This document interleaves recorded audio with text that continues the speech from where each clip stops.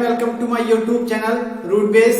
मैं हूं विनोद और मैं आज बीएससी के बहुत ही मजेदार टॉपिक को, बहुत ही ज्यादा इंपॉर्टेंट टॉपिक को लेकर के आया हूं, जो आपको कभी भी हाफ लॉन्ग या फिर शॉर्ट में क्वेश्चन पूछा जाता है। बहुत ही ज्यादा इंपॉर्टेंट क्वेश्चन है, conservative nature of electrostatics field. ये क्वेश्चन आपके लिए इंपॉर्टेंट है, तो हम लोग चलिए जानते हैं conservative nature of electrostatics field होता क्या है।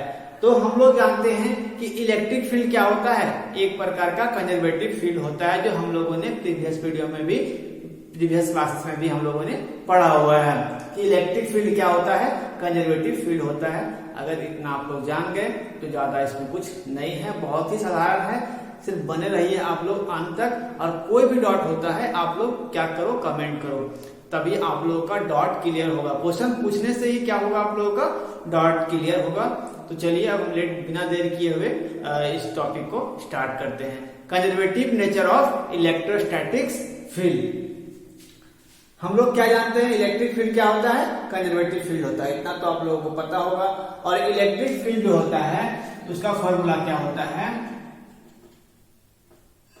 -TB/dr। अगर इतना आप लोग को पता है तो बाकी कुछ नहीं है, जो हम लोगों ने सेमेस्टर 1 में पढ़ा है मैथमेटिकल फिजिक्स में, उसी चीज को यहाँ पर कर्ल और डाइवर्जेंस के फॉर्म में इसको प्रूव करना है। तो बहुत ही आसान है।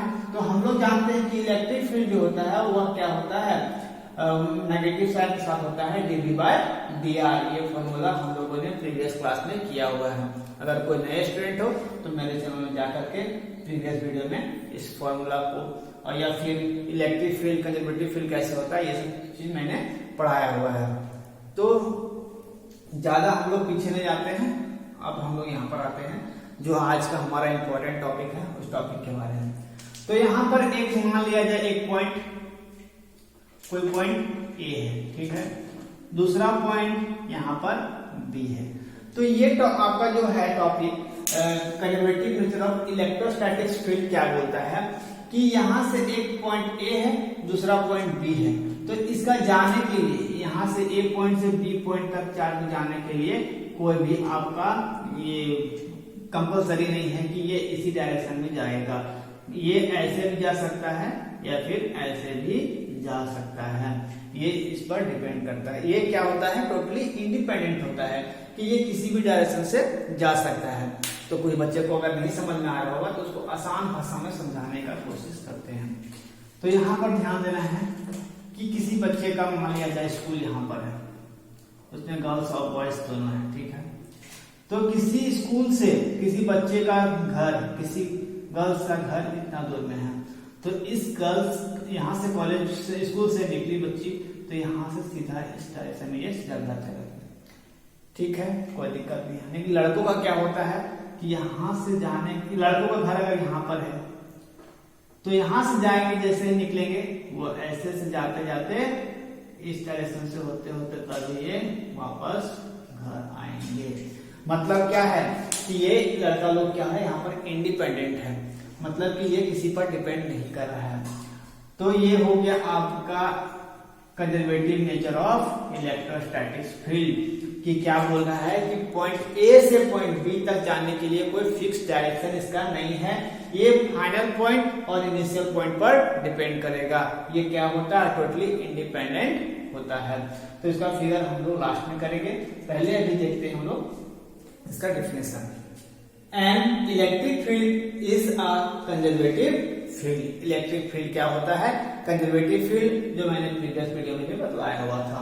Because an electric field is negative. Electric field क्या होता है, negative sign of scalar function phi. Electric field हम लोग क्या जानते हैं कि वो नेगेटिव होता है। तो इलेक्ट्रिक फील्ड का फॉर्मूला क्या होता है, -TB/dr। इतना हम लोग जानते हैं। हम यहाँ पर स्केलर फंक्शन हम लोग जैसे यहाँ फाई का यूज किए हैं, तो आप लोग यहाँ पे चाहो तो d5/dr कर सकते हो। यहाँ पर या तो फिर dv, ये इसको हम लोग बोलते हैं स्केलर पोटेंशियल, फिर को क्या बोलते हैं हम लोग, पोटेंशियल।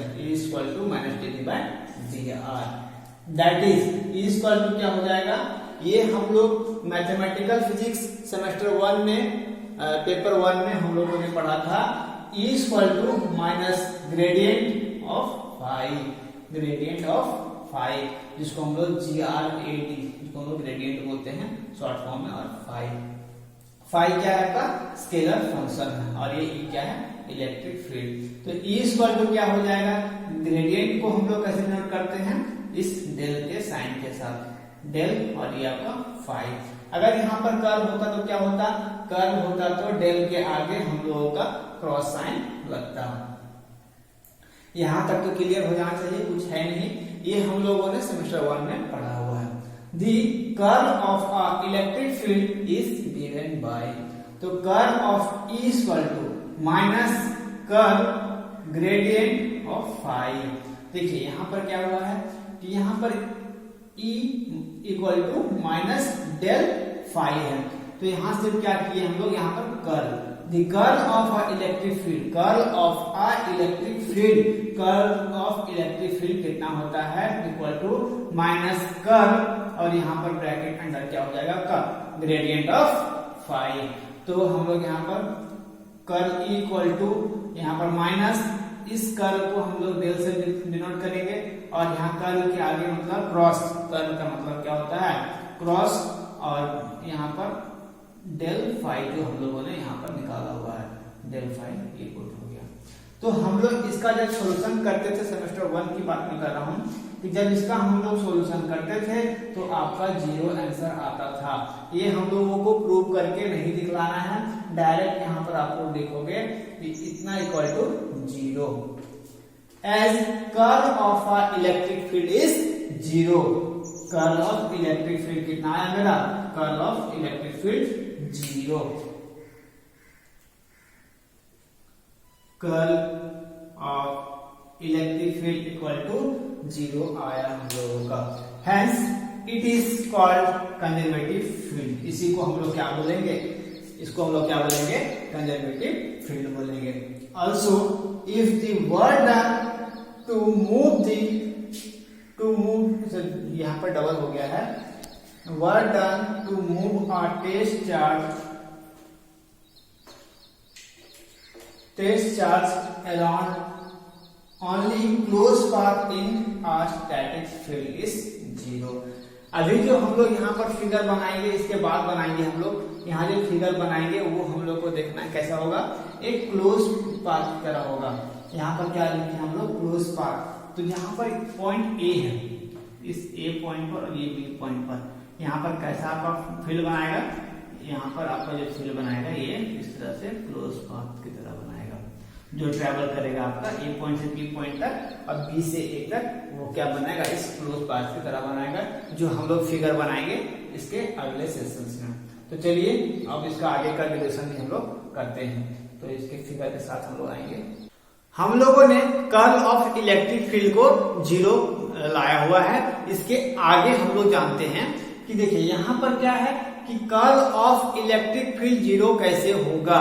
तो इसके लिए हम लोगों को क्या सपोज करना होगा कि पॉइंट ए से पॉइंट बी तक जाने के लिए एक ये क्लोज पाथ का या क्लोज सरफेस का क्या सहारा लेना होगा, तभी ये आपका कर्ल ऑफ इलेक्ट्रिक फील्ड 0 होगा।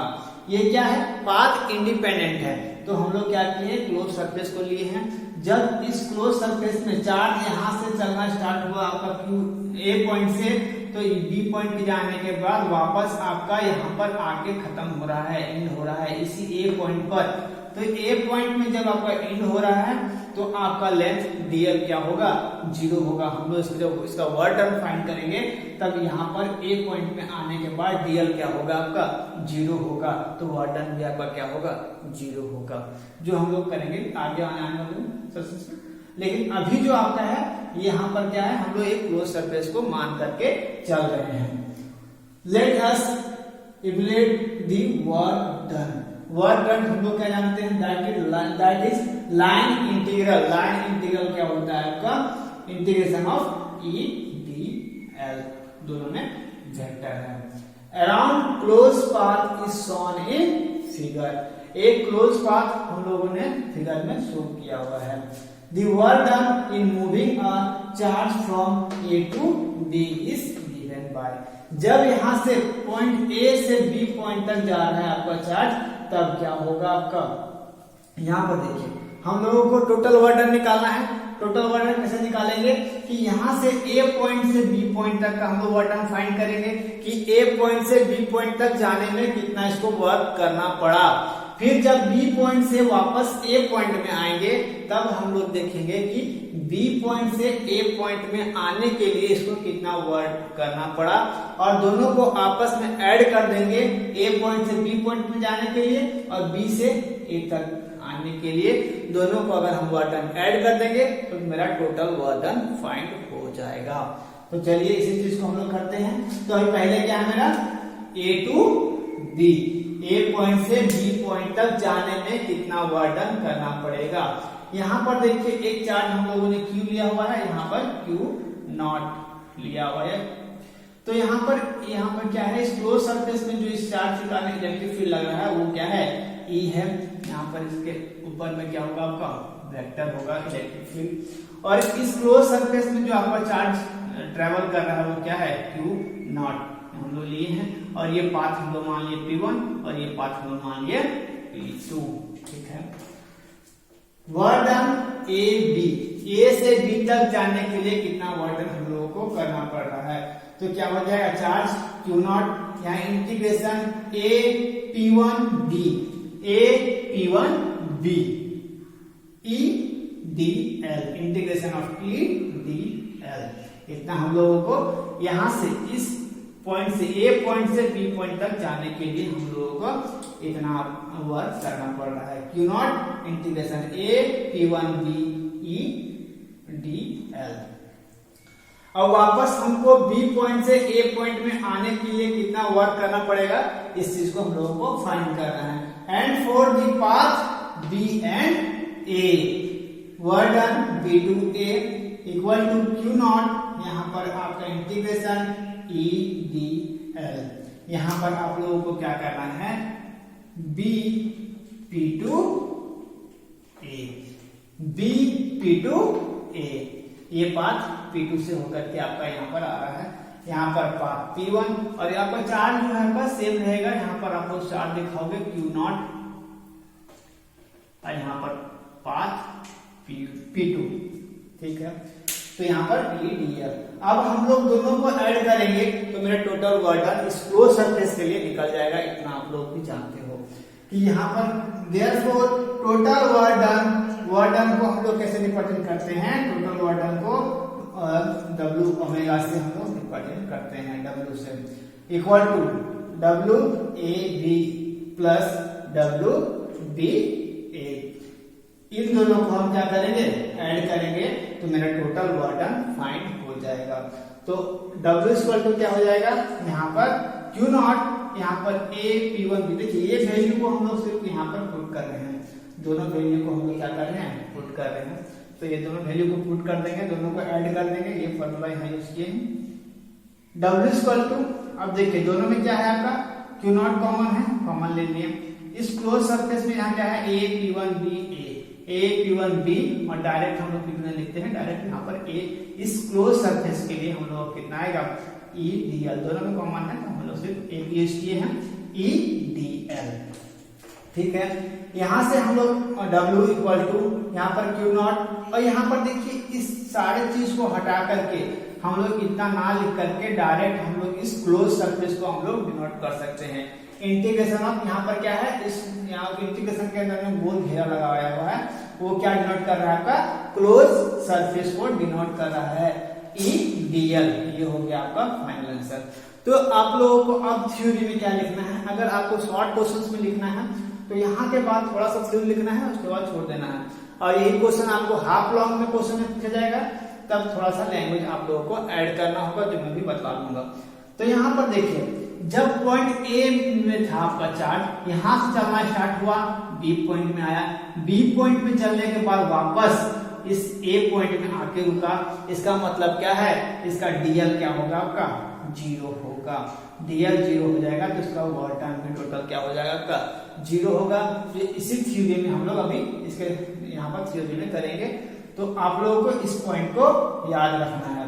तो चलिए अब हम इसके आगे भी करते हैं।